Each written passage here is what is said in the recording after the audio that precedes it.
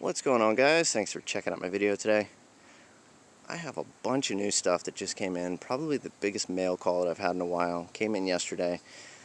It's been a little difficult to get stuff shipped from TwoSun recently because of, all the shutdowns and flight restrictions and everything else. They are not currently shipping to Hawaii, so a friend of mine has been nice enough to let me ship all of these to his place in California, and then he boxed them all up and sent them. And you can see they all came in yesterday, so definitely not going to have time to go through them all, but I will show you a few of them.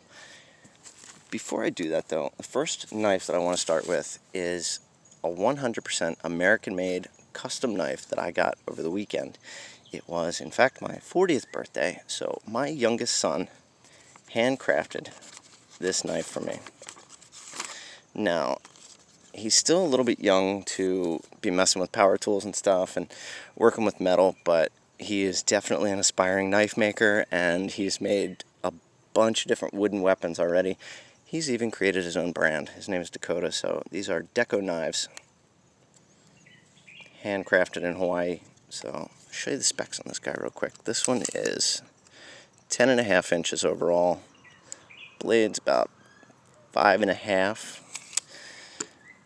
It has a very comfortable white duct tape micarta handle, crafted from a solid piece of pine, hand sharpened. You can see it's got a tanto point there.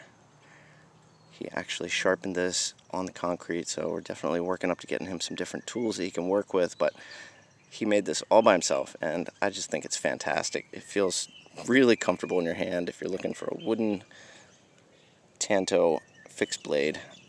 So that was just super cool of him to make for me. Let me show you the weight on this guy. It's actually a really lightweight knife. This one comes in at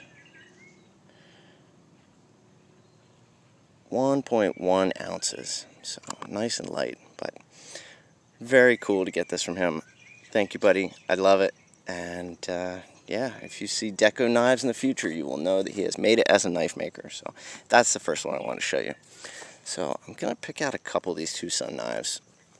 The first one I want to show you is one that I have been looking at, trying to get for a really long time. This one has been on my wish list pretty much since the beginning when I first started buying TwoSun knives, and it's always been really expensive. So this is the TS66 by Night Morning Design. This is an integral. You can see, nice solid piece of titanium there. Blade made from M390 steel. And it has this carbon fiber insert on the front. It's actually a little hard to tell that it is carbon fiber just because of the way they have the lines milled in it. If it was sanded flat, you would see all the fiber and everything, but it does have a really nice amount of traction, nice grip right there. The bottom half of the knife kind of reminds you of like a strider type of shape to it, with that area that just fills your palm really nice. It's a little bit smaller up here, so it just gives you a really nice grip on this knife.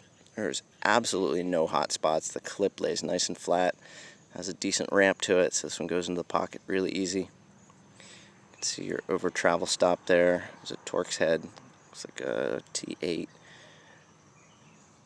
and just really nice in hand, man. I've definitely had my eye on this one for a long time, and I got this one right around $100, which I thought was a deal. They usually go for a lot more than that, so always happy to finally score one. The only thing I think is kind of interesting, where the lanyard hole sits on this, I don't know if you'd actually be able to put a lanyard on it.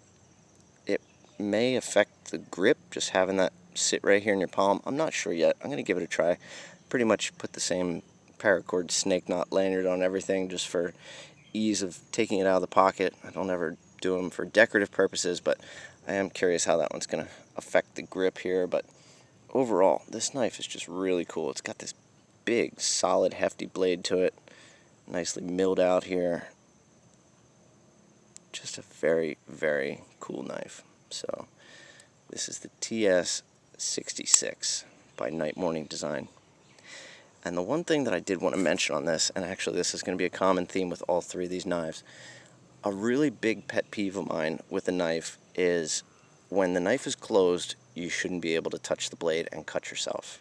And I've had a couple lately that we're really kind of pushing it. I know the the little carbon fiber one, the 128, that one was really close to the backside that you could just stick a finger in there and slice yourself. Now, this one's not bad right here. I mean, you can just barely feel the blade there. But this end, where they have it milled out, you can see the tip of the blade. If you stick your finger in there, right now I'm touching the blade. Now, I don't think this one's bad. You're not going to accidentally stick a finger in there and cut yourself, but that could have just been closed right there. That didn't need to be milled out. Again, I didn't design the knife, but that's just something that I notice on folding knives. So this one's not bad. I think all the way around, I really like this one a lot. So I'll show you the next one here. The next one is the TS37. And actually all three of these are by Night Morning Design. This is the Vector. And this is one that they stopped making for a while, finally brought it back. They've sold a few of them. I think maybe 3 or 4 have popped up on eBay auctions, so I finally scored one here. This is a D2 steel blade. And you can see it's just got a lot of interesting machining, a lot of parts all coming together here. It is, I guess you would kind of consider it a liner lock. The liner itself is actually this part of the frame here. You can see how that's put together. And this one does have the distinction of probably having the largest hardened insert ever. That thing is just huge. So really neat how it's all put together. I'm not going to take it apart. I'm not the type of person that just automatically takes knives apart for the heck of it. Unless there's something wrong with them, they need to be cleaned or whatever. I usually don't mess with them if they work just fine. So, really cool though. Action's nice and smooth. It does have a good snap to it. You can see the grind on this blade. Kind of interesting with this top swedge up here. A little bit of low, not very aggressive jimping right there in the thumb. It's actually super comfortable in your hand. With all these different angles and cutouts, you get a really nice grip on it. There's no hot spots. This one also, the clip lays nice and flat to the body of the knife, but has enough of a ramp. So, really cool knife overall. Again, I like this nice big fat lanyard point. I can stay in focus here. So, the other thing though, the clip on this one feels a little weak because they have it milled out so much that these 2 bars here are really thin. If you were to catch this one on something sitting down and it got pulled out of your pocket, I think there's a chance that you could bend this right here. So just something to be aware of with this one. But then the last thing I need to mention on this, because again this is going to be my theme working up to the last one, the end of this knife, again you're looking at the blade. I'm touching the blade right now. This one would be really easy to stick a finger in there. I'm actually tapping the tip of the blade with my finger. So if this thing's sitting in your pocket and you reach in and catch your pinky right there, you're going to get poked. I think this one would be a little bit less dangerous because it's just going to be like a pinprick rather than a slice.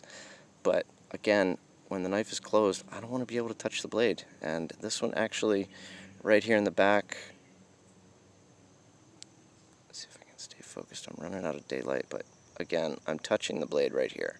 So this one is pretty well exposed. I would say this is also falls into that category of could slice yourself pretty easily if you grab it wrong while it's closed. So the TS37 Vector. And then the last one I want to show you, this is by far the worst TwoSun knife I've ever gotten. And I noticed it as soon as I closed the knife for the first time. This is the TS56 in black micarta. You can see it's nice tanto blade, and this is one that's been out for a long time also. It was out in titanium for the longest time, and it just never really appealed to me visually, so I never ended up getting the titanium version. But then when they put it out in the black micarta, they put this nice deep carry clip on it. I figured, yeah, why not? I'd give it a shot, check it out. This one is one of the few TwoSun knives that is reversible. You can flip the clip to the other side, so if you're left-handed, this one might appeal to you. However, the one major design flaw, in my opinion, and you can see here where this handle is cut out here and cut out here, you can probably see what I'm getting at. The blade is right there. I mean, it is level with that area. Right now, I'm barely touching it, and I am running my finger on that blade. So if you would stick any pressure on there, you're going to slice the tip of your finger. It is way too close for me. So I don't know if anybody else has this one. Let me know in the comments what you think about this design, if you've ever sliced yourself on it. For me personally, this is absolutely a failure. So I don't know, man. That could have been really easily remedied by not machining this area out on the back and just leaving that across there. I guess he was looking for a little bit of extra design cue, but man, could have just left that flat and would have fixed this entire knife. But for me, not a keeper. So the TS56 by Night Morning Design. So those are the three that I want to show you guys today. Again, I've got kind of a bunch of other ones, but I'll save those for another video. But for tonight, thanks for stopping by. I also wanted to say thank you. I just made a passing comment in my last video about creating a Patreon. I didn't even leave any of my information, but a couple of you guys took it upon yourselves to find my Patreon and sign up for it, which I just thought was amazing. So thank you guys.